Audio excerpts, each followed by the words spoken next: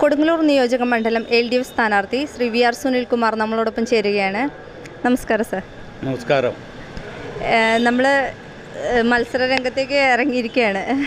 അപ്പോൾ എങ്ങനെയാണ് കഴിഞ്ഞ 10 വർഷങ്ങളിൽ സാറിൻ്റെ പദ്ധതികളെ എങ്ങനെ നോക്കിക്കാണുന്നു?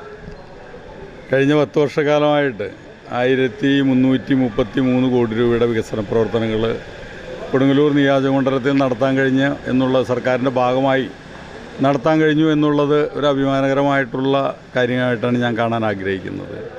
10 വർഷക്കാലം ജനങ്ങളോടൊപ്പം നിന്നുകൊണ്ട് തന്നെ പ്രവർത്തിച്ചൊരു വ്യക്തിയാണ്. ഈ നിയോജകമണ്ഡലത്തിൻ്റെ എല്ലാ മുക്കും മൂലയിലും അതിൻ്റെ വികസന പ്രവർത്തനങ്ങൾ എത്തിക്കാനും ഏത് വിഷയങ്ങൾ വന്നു കഴിഞ്ഞാലും പ്രളയ കാലഘട്ടത്തിലും അതുപോലെ തന്നെ കോവിഡ് കാലഘട്ടത്തിലൊക്കെ തന്നെ ജനങ്ങൾക്കൊപ്പം നിന്ന് പ്രവർത്തിച്ചതിൻ്റെ ആ ഇടതുപക്ഷ പ്രസ്ഥാനത്തിൻ്റെ ആ ഒരു സഹകരണത്തോടു കൂടി തന്നെ പൂർണ്ണമായിട്ട് പ്രവർത്തിക്കാൻ കഴിഞ്ഞതിൻ്റെ നല്ല അനുഭവങ്ങൾ തന്നെയാണ് ഈ വികസന പ്രവർത്തനത്തിൻ്റെ മാതൃകയായിട്ട് വന്നിട്ടുള്ളത്. ആ ഒരു കരുത്ത് തന്നെയാണ് എന്നെ സംബന്ധിച്ചിടത്തോളം ഇവിടുത്തെ വികസന പ്രവർത്തനങ്ങളും അതുപോലെ ഏത് വിഷയങ്ങൾ ഉണ്ടായാലും അതിനെ പ്രതിരോധിക്കാനുമുള്ള ഒന്നായിട്ട് കാണാൻ ഞാൻ ആഗ്രഹിക്കുന്നത്. നമ്മുടെ പ്രതിപക്ഷം ഇതിനെ വിമർശിക്കുന്നുണ്ട്. പാഴായി പോയ 10 വർഷങ്ങൾ എന്ന രീതിയിലാണ് പ്രതിപക്ഷം വിമർശിക്കുന്നത്. ആ ഒരു വിമർശനത്തെ സാർ എങ്ങനെയാണ് നോക്കിക്കാണുന്നത്? വളരെ നല്ല രീതിയിൽ തന്നെ കാണാൻ ആഗ്രഹിക്കുന്ന ആളാണ്. പ്രതിപക്ഷത്തിൻ്റെ കടമ എന്ന് പറയുന്നത് നമ്മളെ വിമർശിക്കുക എന്നുള്ളത് തന്നെയാണ്. നേരായ വഴിക്ക് വികസന പ്രവർത്തനങ്ങൾ എത്തിയിട്ടില്ല എന്നുണ്ടെങ്കിൽ അത് ചൂണ്ടിക്കാണിക്കാനുള്ള അവകാശങ്ങൾ അവർക്കുണ്ട് എന്ന് ഞാൻ വിശ്വസിക്കുന്ന ആളാണ്. അത് നമ്മളെ പലപ്പോഴും നമ്മുടെ തെറ്റുകളുണ്ടെങ്കിൽ അത് തിരുത്താനുള്ള ഒന്നായിട്ട് കാണാൻ കഴിയും. പക്ഷേ കൊടുങ്ങല്ലൂർ നിയോജക മണ്ഡലത്തിനെ സംബന്ധിച്ചിടത്തോളം ഈ 10 വർഷക്കാലം എന്ന് പറയുന്നത് ഏറ്റവും സുവർണ്ണ കാലഘട്ടമായിട്ട് തന്നെ വിശേഷിപ്പിക്കാൻ VR സുനിൽകുമാർ MLA എന്നുള്ള രീതിയിലല്ല, ഇടതുപക്ഷ ഗവൺമെൻറ്റിൻ്റെ ഭാഗത്തു നിന്നുള്ള വികസന പ്രവർത്തനങ്ങളുടെ ഭാഗമായിട്ട് തന്നെ ഏറ്റവും നല്ല രീതി ഏത് മേഖലയെടുത്ത് പരിശോധിച്ച് കഴിഞ്ഞാലും ആരോഗ്യ മേഖലയിലാണെങ്കിൽ കൊടുങ്ങല്ലൂർ താലൂക്ക് ആസ്പത്രിയും ഏറ്റവും പ്രധാനപ്പെട്ട കേന്ദ്രമായിട്ടുള്ള മാള ഹോസ്പിറ്റലും ഉൾപ്പെടെ എടുത്ത് പരിശോധിക്കുകയും ഇവിടുത്തെ PHC മുതലുള്ള താലൂക്ക് ആസ്പത്രി വരെയുള്ള ഓരോ ഘടകങ്ങളും എടുത്ത് പരിശോധിച്ച് കഴിഞ്ഞാൽ മനസ്സിലാക്കാൻ കഴിയും എത്രത്തോളം വികസന പ്രവർത്തനങ്ങൾ ഈ ആരോഗ്യ മേഖലയിൽ ഉണ്ടാക്കിയെടുത്തു എന്നുള്ളത്. കൊടുങ്ങല്ലൂർ താലൂക്ക് ഗവൺമെൻറ് ആസ്പത്രിയിൽ നഗരസഭയുടെ കീഴിലുള്ള താലൂക്ക് ആസ്പത്രിയിൽ 15 കോടി രൂപയിൽ അധികമുള്ള വികസന പ്രവർത്തനങ്ങൾ നടത്താൻ കഴിഞ്ഞിട്ടുണ്ട്.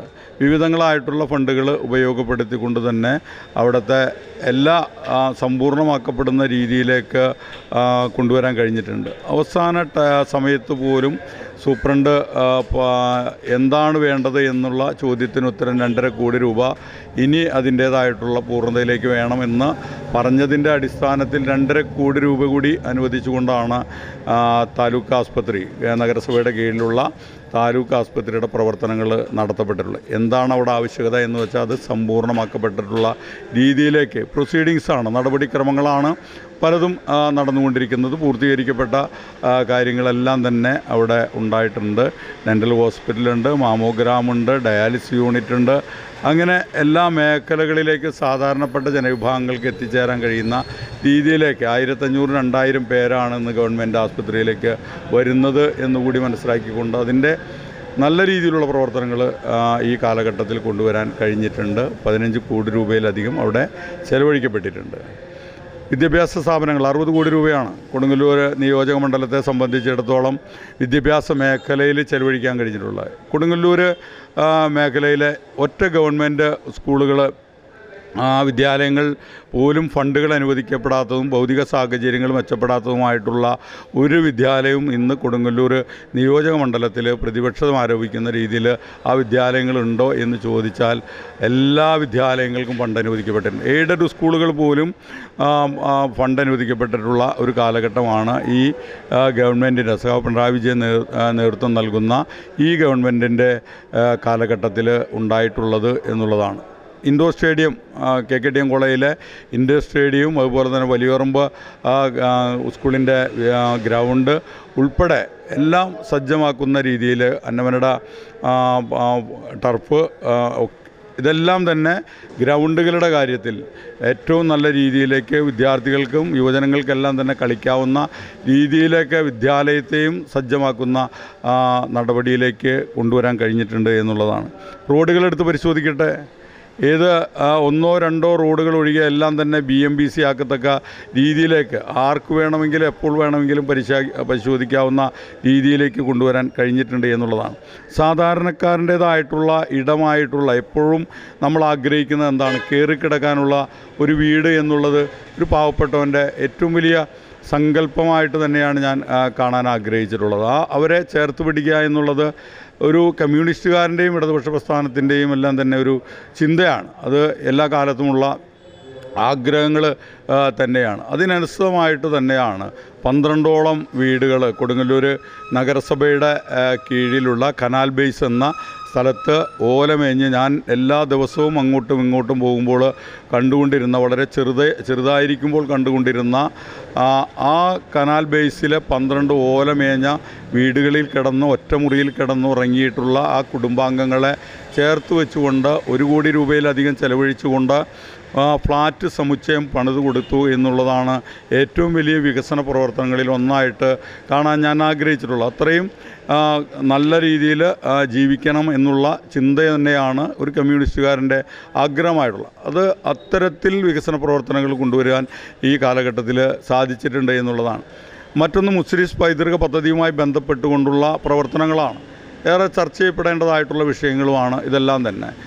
പൈതൃകത്തെ സംരക്ഷിക്കുക, അത് വിദേശ രാജ്യങ്ങളിലും ഇവിടെ ഉള്ള നമ്മുടെ കുട്ടികൾക്കുമെല്ലാം തന്നെ പഠിക്കാനും അതെല്ലാം പഠിക്കുകയും അതിൻ്റെ ഇന്നലെകളുടെ ചരിത്രം എന്തായിരുന്നു എന്ന് പൊതുസമൂഹത്തെയും അറിയിക്കുക എന്നുള്ള ലക്ഷ്യത്തോടു കൂടി തന്നെയാണ് ഇടതുപക്ഷ ജനാധിപത്യ മുന്നണി ഗവൺമെൻറ് തോമസ് ഐസക്കിൻ്റെ നേതൃത്വത്തിൽ KP രാജേന്ദ്രൻ മന്ത്രിയായിരിക്കുമ്പോൾ തുടക്കം കുറിച്ച മുസ്ലിം പൈതൃക പദ്ധതിയുടെ ഭാഗമായിട്ട് 24 കോടി രൂപ ചെലവഴിച്ചുകൊണ്ട് കൊടുങ്ങല്ലൂർ പൂർണ്ണമായിട്ട് വിവിധങ്ങളായിട്ടുള്ള പദ്ധതികൾ നടപ്പിലാക്കാൻ ഈ കാലഘട്ടത്തിൽ സാധിച്ചിട്ടുണ്ട്. കൊടുങ്ങല്ലൂർ ഭഗവതി ക്ഷേത്രത്തിന് 7 കോടി രൂപ ചെലവഴിക്കുകയും അതുപോലെ തന്നെ പണി പൂർത്തീകരിക്കപ്പെടാത്തതുമായിട്ടുള്ള പദ്ധതികളുണ്ട്, ഇല്ല എന്നൊന്നും ഞാൻ പറയുന്നില്ല.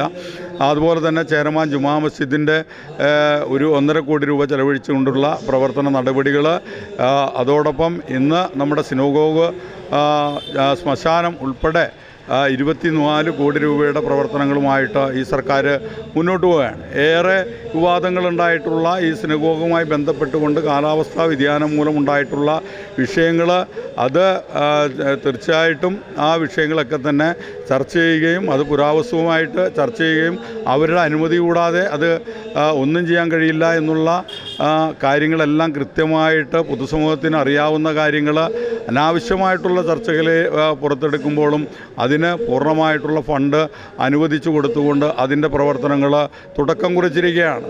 അതിനെ അനാവശ്യമായിട്ടുള്ള വിഷയങ്ങൾ ഉണ്ടാക്കുന്നതിൽ തെറ്റിദ്ധരിക്കുന്ന രീതിയിലേക്ക് പ്രചരണം നടത്തുന്നു എന്നുള്ളത് ഒരു യാഥാർത്ഥ്യമായിട്ട് ഞങ്ങൾ കാണാൻ ആഗ്രഹിക്കുകയാണ്.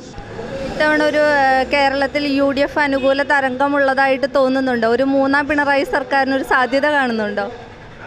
സഖാവ് പിണറായി വിജയൻ്റെ നേതൃത്വത്തിലുള്ള ഇടതുപക്ഷ ജനാധിപത്യ മുന്നണിയുടെ വികസന പ്രവർത്തനങ്ങൾ, ക്ഷേമ പ്രവർത്തനങ്ങൾ, മതേതരത്വത്തെ ചേർത്ത് പിടിച്ച നാം മനസ്സിലാക്കേണ്ടത് ഒറ്റക്കാര്യം മാത്രമാണ്. ഇന്ത്യയിലെ മിക്കവാറും സംസ്ഥാനങ്ങൾ വർഗീയ ലഹളകൾ നടന്നുകൊണ്ടിരിക്കുക. ഈ കൊച്ചു കേരളത്തിൽ മാത്രമാണ് ഒറ്റ വർഗീയ ലഹളകളും ഇല്ലാത്തൊരു സംസ്ഥാനമാക്കി മാറ്റിയെടുക്കാൻ കഴിഞ്ഞിട്ടുള്ളത്. ഇത് തന്നെയാണ് ജീവിക്കാനുള്ളൊരു അവകാശം തന്നെയാണ് മനുഷ്യൻ്റെ ഏറ്റവും വലിയ അവകാശമായിട്ട് കാണുന്നത്. അത് നൽകുന്ന ഏക സംസ്ഥാനം ഏത്? അത് ഈ കൊച്ചു കേരളം തന്നെയാണ്. അതുകൊണ്ട് തന്നെ മതേതരത്വത്തെ ചേർത്ത് പിടിക്കാൻ ഈ കേരളത്തിലെ ജനത തയ്യാറാണ്.